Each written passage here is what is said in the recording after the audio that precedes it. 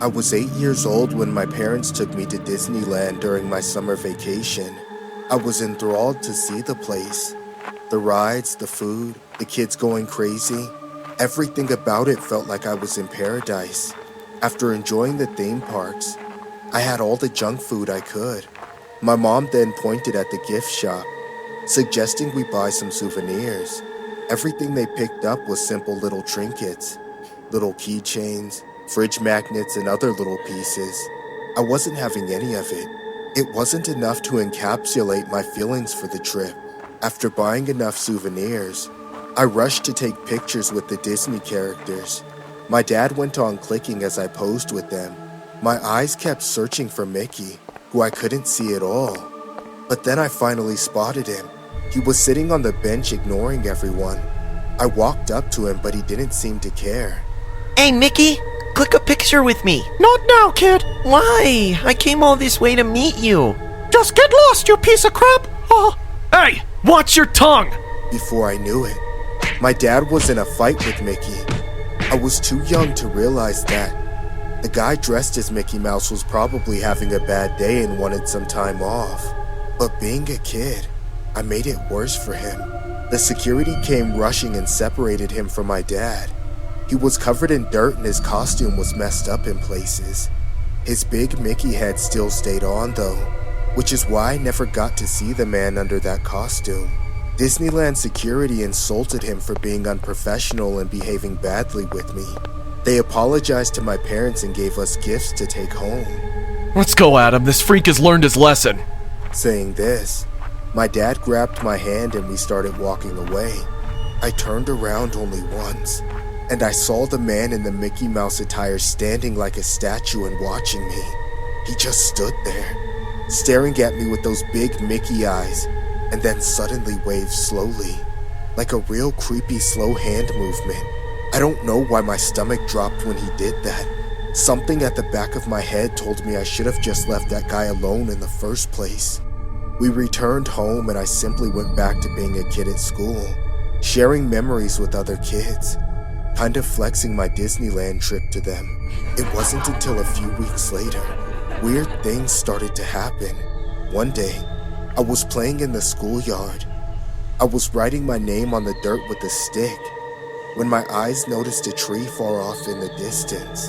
A thin black arm with a huge-sized white glove was waving at me from behind it. The immediate goosebumps made me shiver. Adam! I turned around hearing my friend's voice, but when I looked back, which was in a fraction of a second, the hand was gone. I came to the rationalization that I imagined it. However, things took a dark turn really quick. One night, I woke up feeling thirsty. My room has a big glass window facing the woods.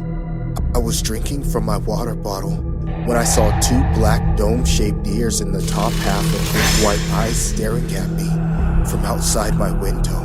I rubbed my eyes and they were gone the very next moment. I got up to check if anyone was out there. It was silent, except for the tall trees. I didn't see anyone.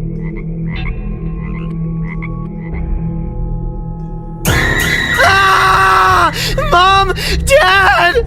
I started screaming, hiding my sobbing face in my palm. My parents rushed to my room and I told them that the angry Mickey Mouse from Disneyland had followed me home. He was right here, Dad! He jumped on me! I saw him at school too! He was right here! Honey, there's no one in your room. It was a nightmare. Come, let me tuck you to sleep. From then on, I was actively scared of anything Disney. Other kids would have their Disney toys, and I would shy away. They would bring up the Disney movie they saw the night before, and I would try to turn the conversation to another topic.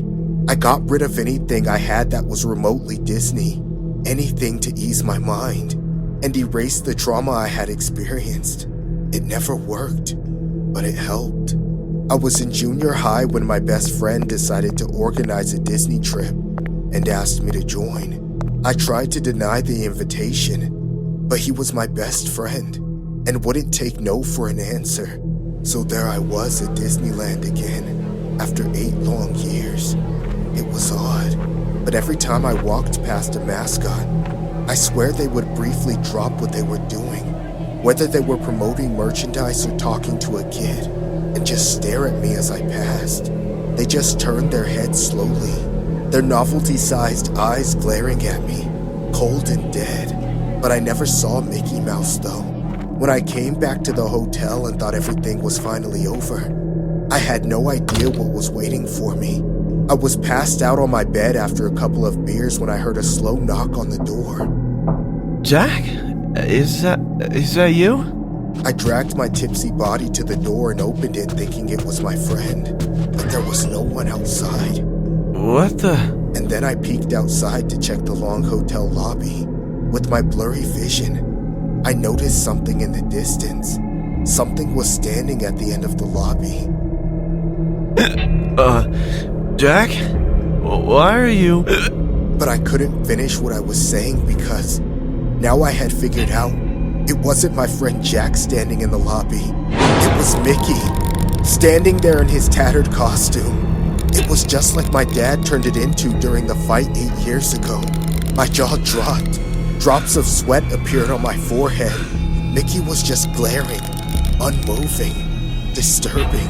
The same way I saw him last in Disneyland. My heart started to race. I was too afraid to look away. He then slowly stretched his arms up like he was silently asking me to hug him. He tilted his head to the left, then to the right. His arms stayed up though. I couldn't take it anymore. I slammed shut the door, locked it from the inside and ran into the bathroom. I spent my entire night wide awake in fear lying in the bathtub. The next day, I boarded a flight home without telling what happened to me last night because I knew no one would believe it. Since then, I haven't seen Mickey, and one thing I'm sure of is that, no matter what, I'm keeping my kids the hell away from Disneyland. The story you just saw is loosely based on this creepy image found on the internet. There's no information about who took this photo, but one can say it's taken at Disneyland, as you can see a guy dressed in a Mickey Mouse costume being the sole subject of this photo. What makes this photo outright creepy is the way the guy in the costume is looking at the camera. Even though he had the Mickey Mouse mask on, the stare is scary enough to give any kids, or probably any adults, a trauma for life. I've never been a big fan of water, but I've always thought that water parks and pools were okay. Going to a pool was even fun sometimes. So, when a water park opened in my town, I resolved to go. Purchasing a ticket online, I loaded into my car wearing a skimpy swimsuit and my favorite floaties. I was so excited for the day. Little did I know that would be the last time I ever felt excited while visiting a water park. When I arrived at the park, everything went well at first. I presented my ticket to the admission and quickly found my way into the park. I got on the first ride, my favorite, the lazy river. I hopped into my tube and started to drift along the river, enjoying the sun and the cool water. Relaxing, I slid my sunglasses over my face and closed my eyes for a while, waiting as the river bounced me slowly in a circle. It was probably because the park had just opened up, but not too many people were in the park yet. I had attached a bag holding my phone, keys, and other core items to the tube, so I didn't have to worry about holding it or the phone getting wet. Suddenly, however, I felt my tube come to a halt. Irritated, I opened my eyes and recoiled. A man stood above me, his hands on my tube and his eyes staring at me. His slicked back hair drew my attention to his horrifically large eyes, his small mouth and his strange ears. His body was voluptuous, and his skin was mottled. Hello. Hi. Could you let go of my tube? I'm trying to relax. I like you. His voice was weird, and I could only come to the conclusion that there was something wrong with him mentally. Because of this, I tried to calm myself down and instead gently instructed him to let go. That's very sweet of you. Could you please let go? I like you. He let go, however, and I drifted down the river again. I shuddered looking back at him, his head swiveling as I drifted around the corner and a glint of anger in his eyes. I was so bothered by this experience that I felt like I needed a rush of adrenaline, so I headed over to the more intense slides. As I walked around, however, I noticed that this strange man seemed to follow me everywhere I went. He was always close enough that he felt intrusive, but far away enough that no one else noticed him. I started to get scared, so I decided to head out of the park. I walked out of the gates and then turned around. I saw him with his back toward me, walking back into the depths of the park. I grimaced and walked back to my car, taking the bag that I had put my phone and keys into. When I reached my car, however, I realized that there was something missing from my bag. My keys were there, but my phone was gone. With a sinking feeling in my stomach, I realized that this strange man had probably taken it when I was in the lazy river. I was unlocked too, and I hurriedly headed back to the lost and found section, hoping that it would be there. To my shock, it was. I thanked the guard, hurried back to my car, and drove off. Maybe that weird man hadn't taken my phone and it had just fallen out? I reached my house and hopped out of my car as the sun was setting. I was about to walk toward my house when I saw a hulking figure several blocks away, standing still and looking in my direction. It was him. He had followed me home.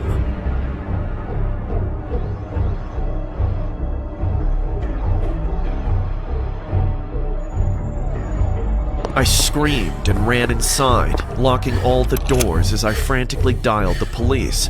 When I hit the call button, however, my phone screen flickered and it went off. I desperately tried to turn it on, but to no avail. I felt a shadow pass over my room, and I whirled toward my window. There he was, not an inch from the sill. He smiled and said something I could barely hear from inside my house. "You like what I did to your phone?" Get away from me! Go away! "But I want to be with you. You're cute." He laughed and walked away from the window right to my door. I could hear a thud as he collided with the door, making it shake. I screamed and could feel my heart pounding in fear. I recoiled, backing up against the wall as I saw my door begin to grow loose on its frame. I knew that it was only a matter of seconds before the massive man managed to break down my door, and I didn't want to think about what he was going to do to me when he did. Please, please, just stay away! "I'm almost with you. I'm almost inside." His voice grew excited, and I knew he had almost broken through. At that moment, however, I heard the sound of a police car siren from down the street. I heard the pounding on the door stop, and I could hear him cursing.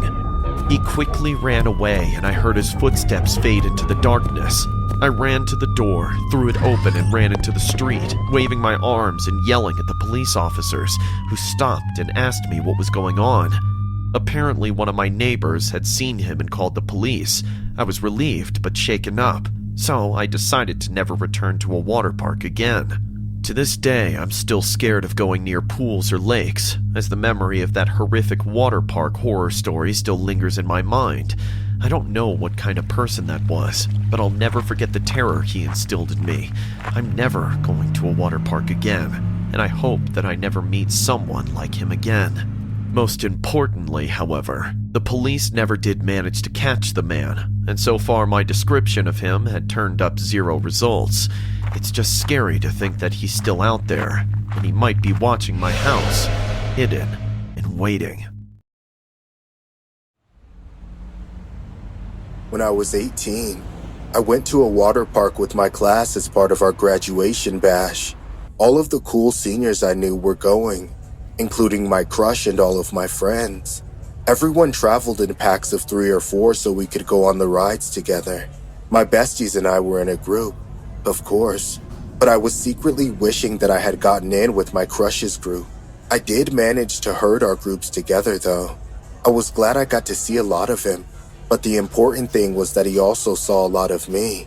However, I didn't realize how much that would save me from the other people in the water park.